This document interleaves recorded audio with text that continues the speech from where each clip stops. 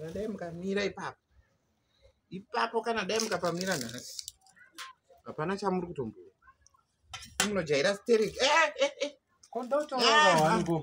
tora wani chechi paaiwa saka madya zvinhu zvese zvakutuma ibasa rekuita hapana kana chamamukugo ngakujaira stereki vamusikoti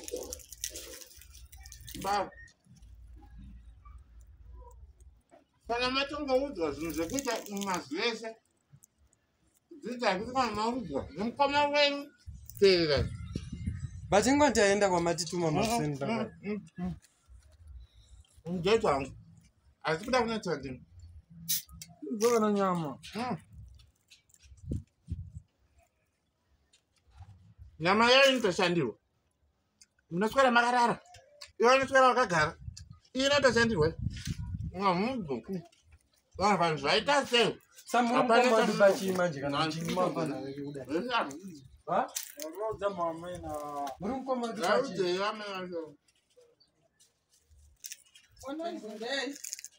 vari kutinyima chikafu chese tasei madyira vari kuita basi vari kutinyima kana hwani chaicho vari kutinyima.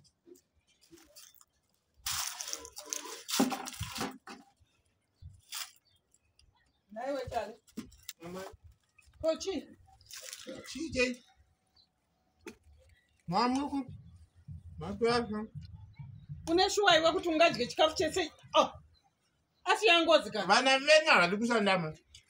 Hakuna chinouya wakagara wakapfinyira gumbezi kudai. Ndinotanda. Kushanda kwacho tatotanga nguva isiri vanhu vechikoro.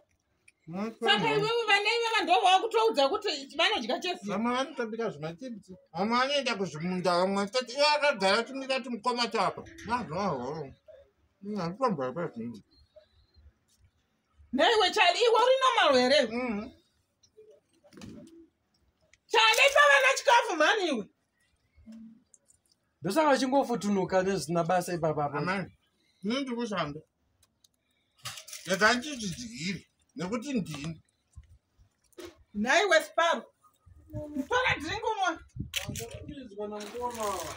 Iwe tora drink umwe. Kana uchida kutoona inonzi ngozi nhasi.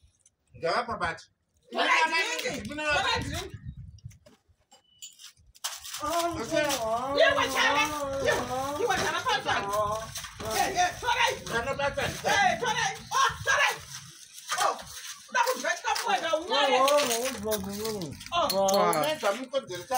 Aiwa ungadya wobhobha echikafu wadya uri one tosaka kukuchimuka kudaizvo kutanda uri selfish zvazvimbouya usingamboshande very selfish unyare iwewe aparabva kuchechi nhasi sandi